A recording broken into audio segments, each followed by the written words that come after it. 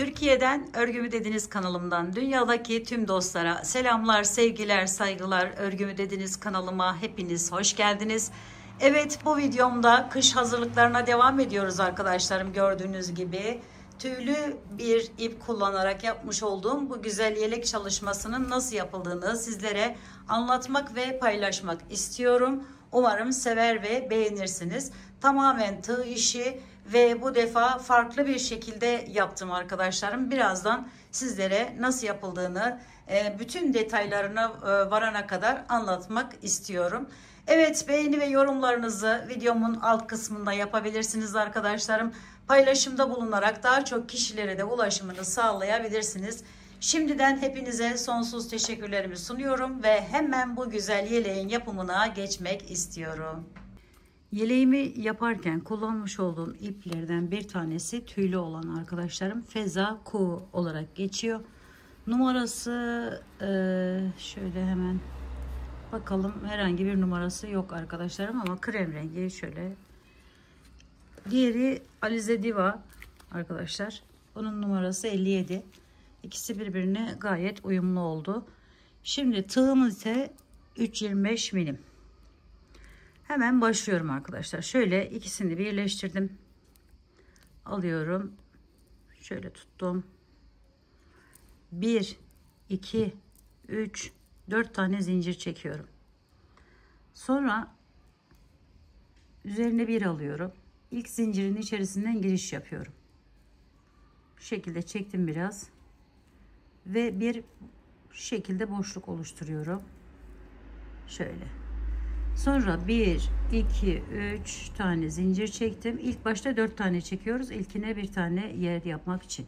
Sonra bakın şuradan giriş yapıyoruz şu şekilde. Şöyle göstereyim iyice. Giriş yaptık, çektik. İkili trabzanımızı yapıyoruz. 1, 2, 3. Çok sıkı yapmayın arkadaşlar. Şöyle girişimizi yaptık, aldık. Ve ikili trabzan yaptık.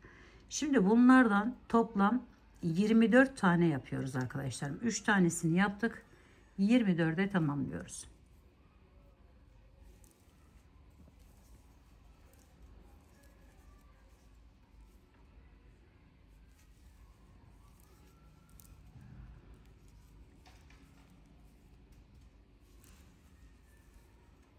Burada arkadaşlar kol yeri alttan şeye kadar ne kadar olacaksa, bakın şuradan göstereyim size.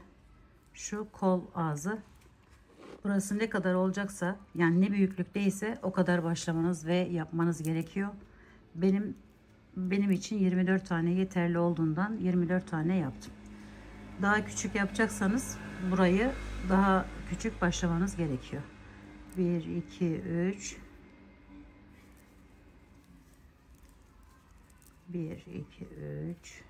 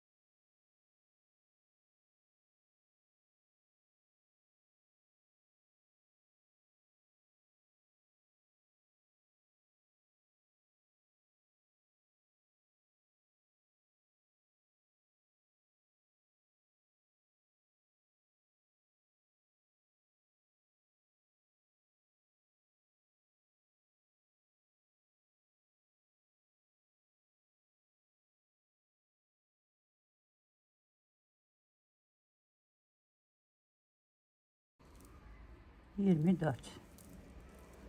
Evet, bakın şimdi şöyle tuttuğunuz zaman şu kolu için rahat, yani omuzlu için rahat olması gerekiyor. koltuk altı da burada oluşacak arkadaşlarım. Şimdi hemen dönüyorum buradan. İlk yer şöyle bir geçiş yapıyorum kaydırarak, yükseliyorum, arkadan şu şekilde alıyorum ipi, öne çekiyorum. 1 2 3 tane ikili trabzan yapmış oluyorum. Bir zincir araya tekrar üzerine bir alıyorum. Bu yaptığım boşluklara arkadaşlarım şöyle 10 tane yeri bu şekilde yapıyorum. 2 ve 3. Bakın bir zincir arada tekrar diğerine geçiyorum. 3 tane her birine ikili trabzan yapıyorum. 1 2 3 bir zincir devam ediyorum. 1 2 3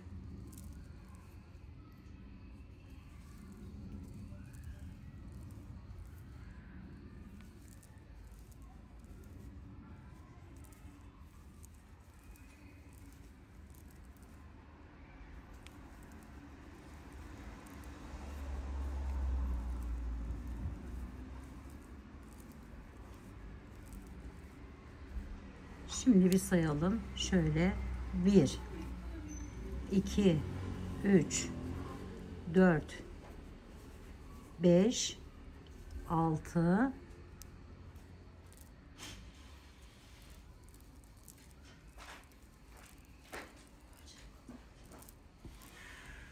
7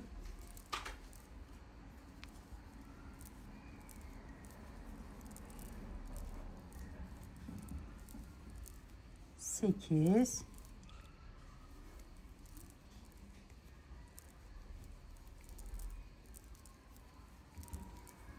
9 10. Evet. 10 tane buradan yaptık. Şimdi bir daha sayalım. Birinci 3 tane ikili trabzanımız, 2 3 4 5 6 7 8 9, burası 10 da burası. 11. yere geldik. Yine bir tane zincir çekiyorum. Üzerine bir aldım. Bakın hemen yanındaki boşluğa yine 3 tane ikili trabzan yapıyorum. 1 2 3, sonra 1 2 zincir, 3 zincir çekelim burada. 3 zincirden sonra üzerine bir alıyorum. Aynı yerin içerisine bir tane daha 3 tane ikili trabzan yapıyorum. Şöyle 2 ve 3. Burası bizim artış yerimiz arkadaşlarım. Birinci yerimiz burası. Hemen şöyle bir tane şundan oraya ekleyelim. Belli olsun diye. Siz de yaparsanız rahat edersiniz. 11.'ye 2 tane yer yaptık. Buradan artışı sağlayacağız. Şimdi bir tane zincirden sonra 2 tanesine yine 3 tane ikili trabzan yapıyorum. 1 2 3. Bir tane zincir, tekrar 3 tane yine yanındaki boşluğa ikili trabzan yapıyorum. 1 2 3, sonra bir zincir çekiyorum. Buna 3 tane ikili trabzan, bir köşemde burası olacak. 1 2 3, 1 2 3 zincir, tekrar 3 tane ikili trabzan yapıyorum buraya. 1 2 3, aynı boşluğa arkadaşlar. Bakın şöyle. Sonra bir tane zincir çekiyorum. Devam ediyorum. Diğer 10'unu normal bir şekilde her birisine 3'er tane ikili trabzan yaparak devam ediyorum. Buraya da bir tane koyalım.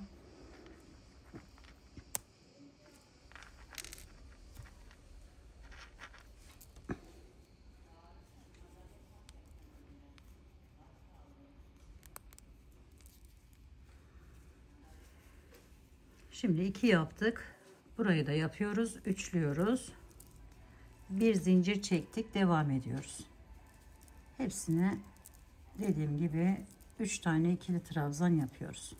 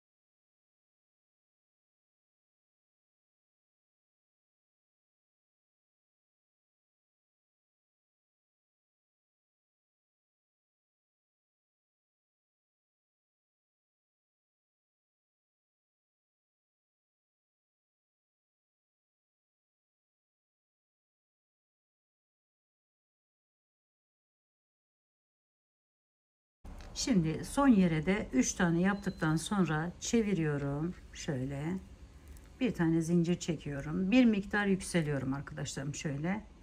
Ve buraya bir tane şöyle ikili trabzan yapıyorum. Sonra bir tane zincir çekiyorum. Üzerine bir alıyorum. Her bir iki ara boşluğa bakın. Şuralara. Şöyle giriş yaparak buraya 3 tane yine ikili trabzan yapıyorum.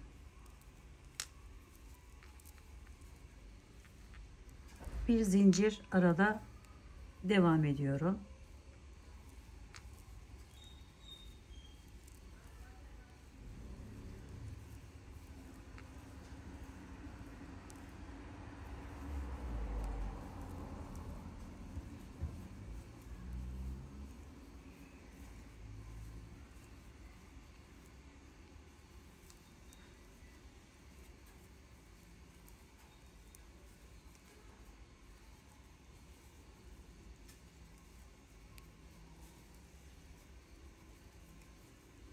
Daha kalın olmasını isterseniz başka ip de kullanabilirsiniz bu tüylü iple birlikte.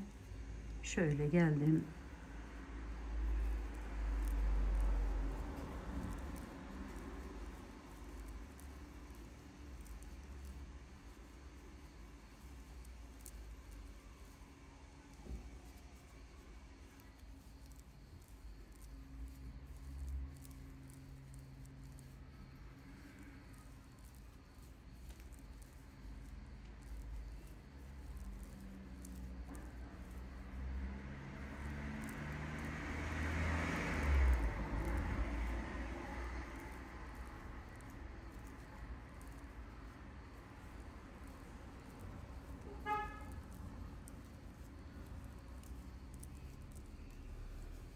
Şimdi bakın şu artım yerine geldik, köşeye bir tane zincirimizi çektik, üzerine bir aldık. Hemen bunun içerisine giriş yapıyorum. Buraya yine köşe yapıyorum arkadaşlarım. 3 tane önce ikili trabzan, 2 3 1 2 3 zincir, tekrar 3 tane daha yapıyorum. 1 2 3. Arada 2 bırakmıştık. Şunu hemen bir üste kaydırayım, daha net anlaşılsın.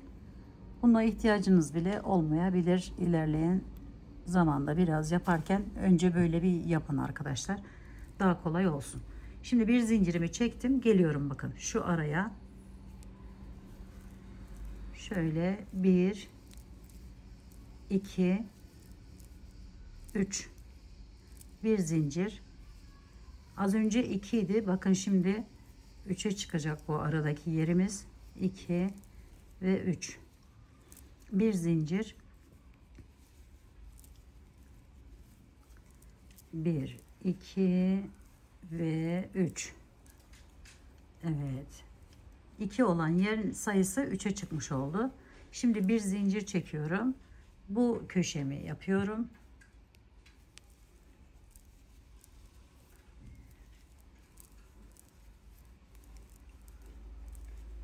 Bir, iki, üç zincir çektim. Tekrar diğer 3 tane olan ikili trabzanımı yapıyorum yanına.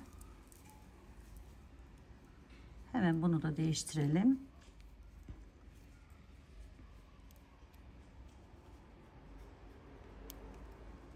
Evet, bir zincir çekip devam ediyoruz. Hemen yanındaki bakın. Şu ikisinin arasındaki boşluktan giriş yapıp 3 tane ikili trabzanımızı yapıyoruz.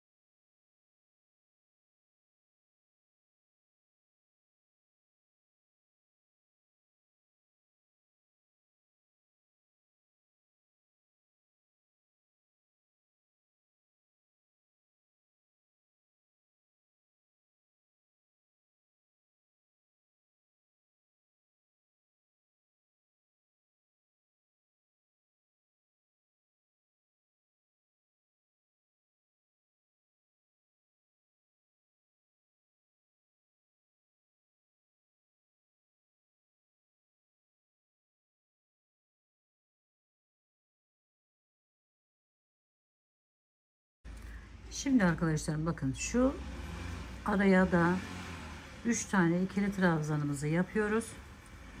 Sona geldik. 2, 3. Sonra bir tane zinciri çekiyoruz. Üzerine bir aldık. Şu ilk baştaki yerden giriş yapıyoruz. Şu şekilde. Bir tane ikili trabzan yapıyoruz. Çevirdik. Bir tane zincir çektik. Sonra hemen yükseliyor. Bir buraya, iki de hemen bu boşluğa ikili trabzanlar yapıyoruz. Şöyle. 3'e tamamlamış olduk. Buradan gelirken de buraya bir tane yapmıştık. Bu kenara. Şöyle göstereyim size. Şöyle arkadaşlar. Bakın.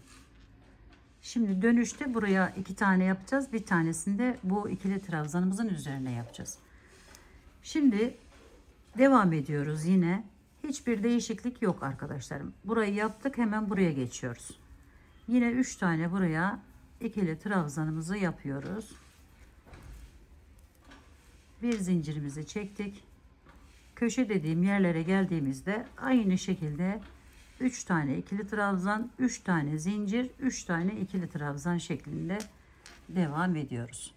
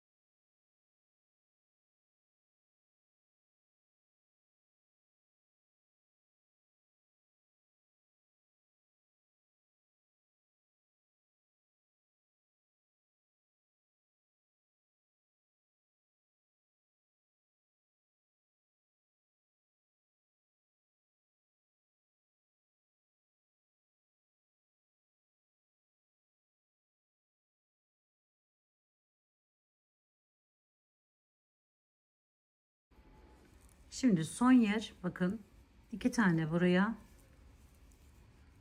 1 2 üçüncü bu ikili trabzanımızın üzerine. Dönüş yine aynı, bir zincir çektik, yükseldik.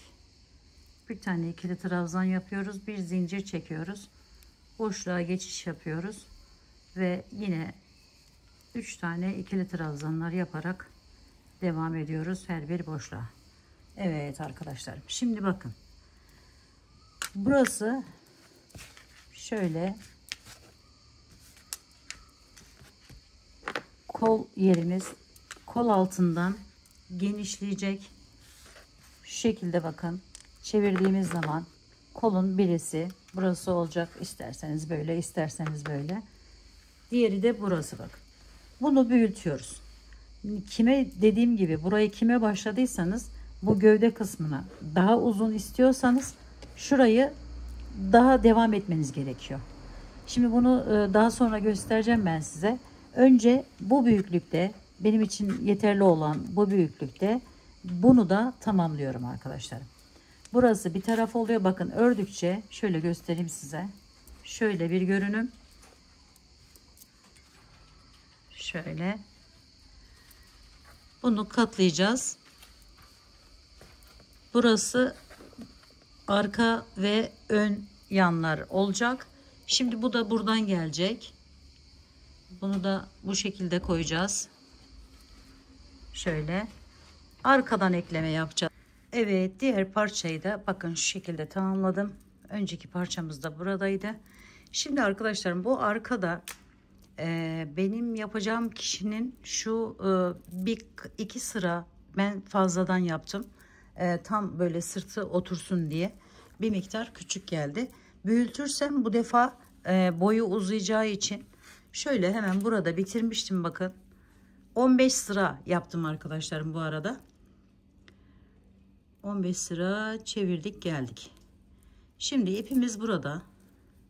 Şurası ön ya da arkanın tarafı. Sadece buraya gidiş geliş yapacağım. O da şöyle aynı şekilde yine yükseliyoruz. Bir tane zincirimizi çektik. Boşluktan giriş yapıp 3'er tane dolduruyoruz.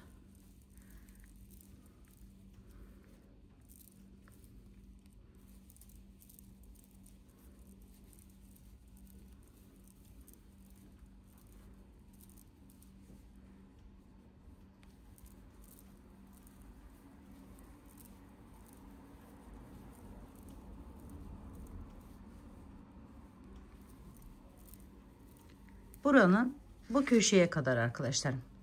Şu ilk köşeye geldiğimizde şöyle göstereyim bakın. Buradan geri dönüyoruz ve arkayı tamamlamış oluyoruz. Daha sonra ekleme işlemine geçeceğiz. Sadece burayı söylemek amaçlı. Böyle devam edelim.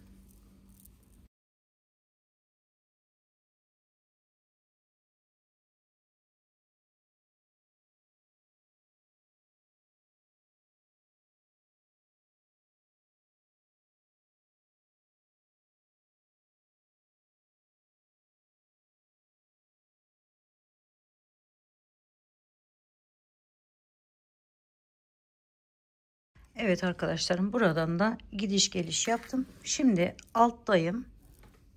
Ekleme işlemine geçiyorum. Burayı yine şöyle biraz yükseldim. Şöyle alıyorum. Ve diğer parçamın da aynı yerinden, ilk yeri olduğu için arkadaşlar şöyle birleştiriyorum. Sonra üzerine bir alıyorum. Ve buraya geçiyorum. Bakın şöyle. Buraya ikili trabzan yapıyorum. 1 2 3. Sonra geliyorum buraya. Bakın şöyle. Şuradan giriş yapıyorum. Hemen ilk boşluktan bir tane zincir çekiyorum. Üzerine bir alıyorum. Diğer boşluğa geçiyorum. 1 2 3. Sonra hemen aynı karşılık gelen boşluktan aldım. Bir tane zincir çektim. Üzerine bir aldım. Bu şekilde eklememizi yapıyoruz.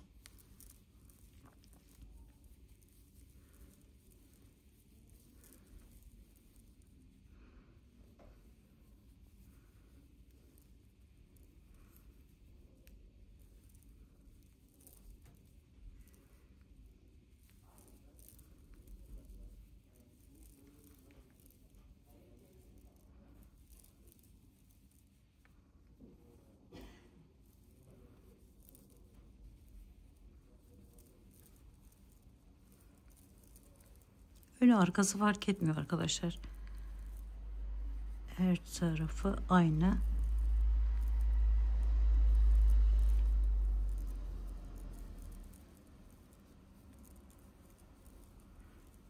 Evet, bakın şöyle ekliyoruz. Zaten tüyleri kapatıyor. Çok da bir bellisi yok. Arkası da, yani dış tarafı da bu şekilde görünüyor.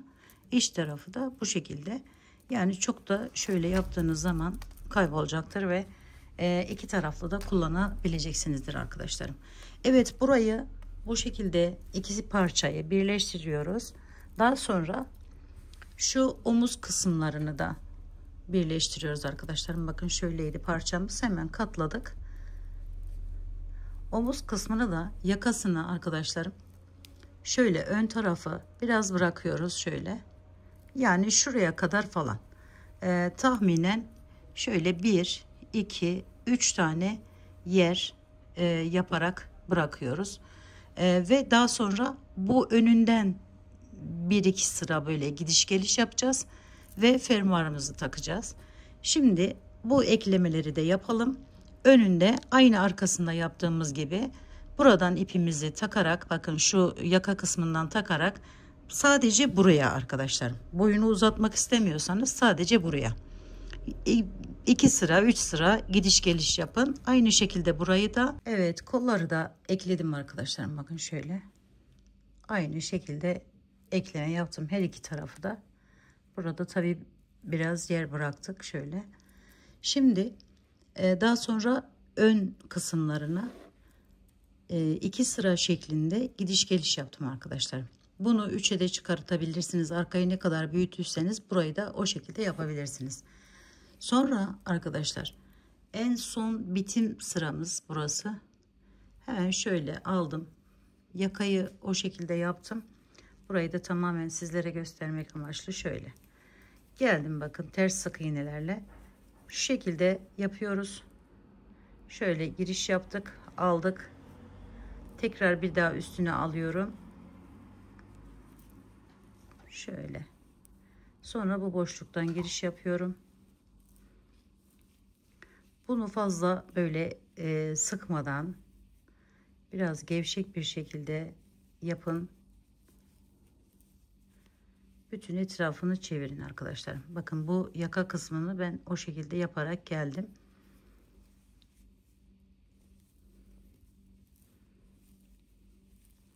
Dolgulu ters sık iğne yapıyoruz şu anda.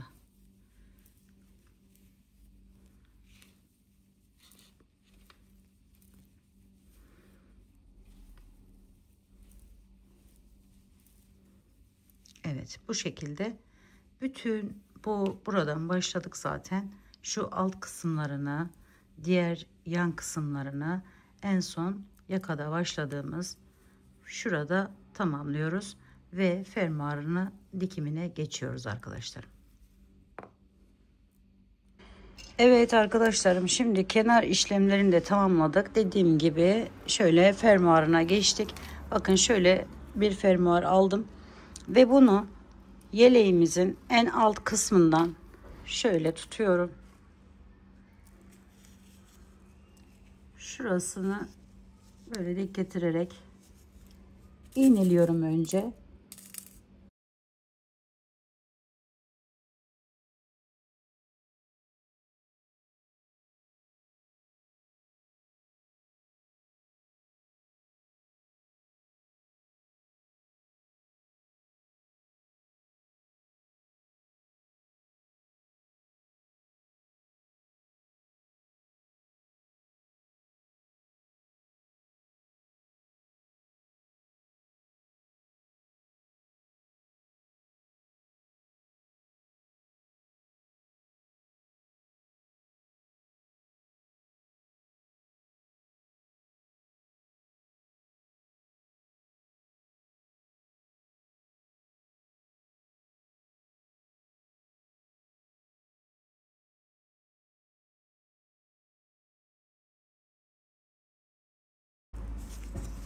Aynı şekilde karşı tarafı da şöyle ekliyorum.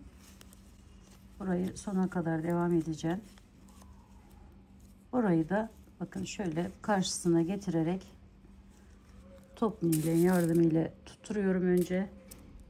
Evet arkadaşlarım, fermuarımın her iki tarafı da bakın şöyle top iğne yardımıyla tutundurdum. Sonra tersini çeviriyorum. Şöyle. Bakın şu şekilde. Şimdi içine kullanmış olduğum iple ben diktim arkadaşlarım. Bunu eğer evde makinanız varsa makinayla da dikebilirsiniz. Şimdi şöyle alıyorum ve şuradan başlayarak şöyle bakın iğnem var orada. Hemen içerisinden geçirip her iki tarafı da bu şekilde dikiyorum.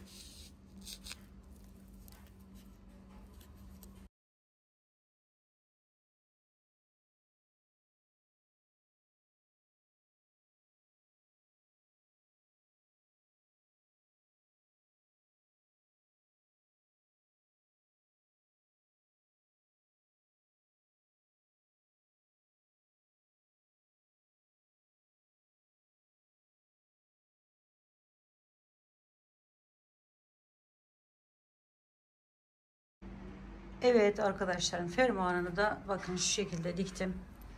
Evet, hemen takalım. Tüylerden birazcık zorlama yapabilir. Düğme de dikebilirsiniz arkadaşlar. O güzel kızım fermuar istediği için. Evet, bakın. Yeleğimiz kullanıma hazır hale geldi arkadaşlar. Böyle crop, kışlık. Gayet şık ve güzel oldu bence. Umarım sizler de sevmiş ve beğenmişsinizdir. Yapacak olan arkadaşlarıma şimdiden kolaylıklar diliyorum. Örgümü dediniz kanalıma abone olmayı, beğenmeyi, yorum yapmayı, paylaşımda bulunmayı unutmazsanız çok mutlu olurum. Bir dahaki en farklı, en değişik örgü model, teknik ve tasarımlarında görüşmek üzere. Hoşça kalın, sağlıkla kalın, Allah'a emanet olun arkadaşlar.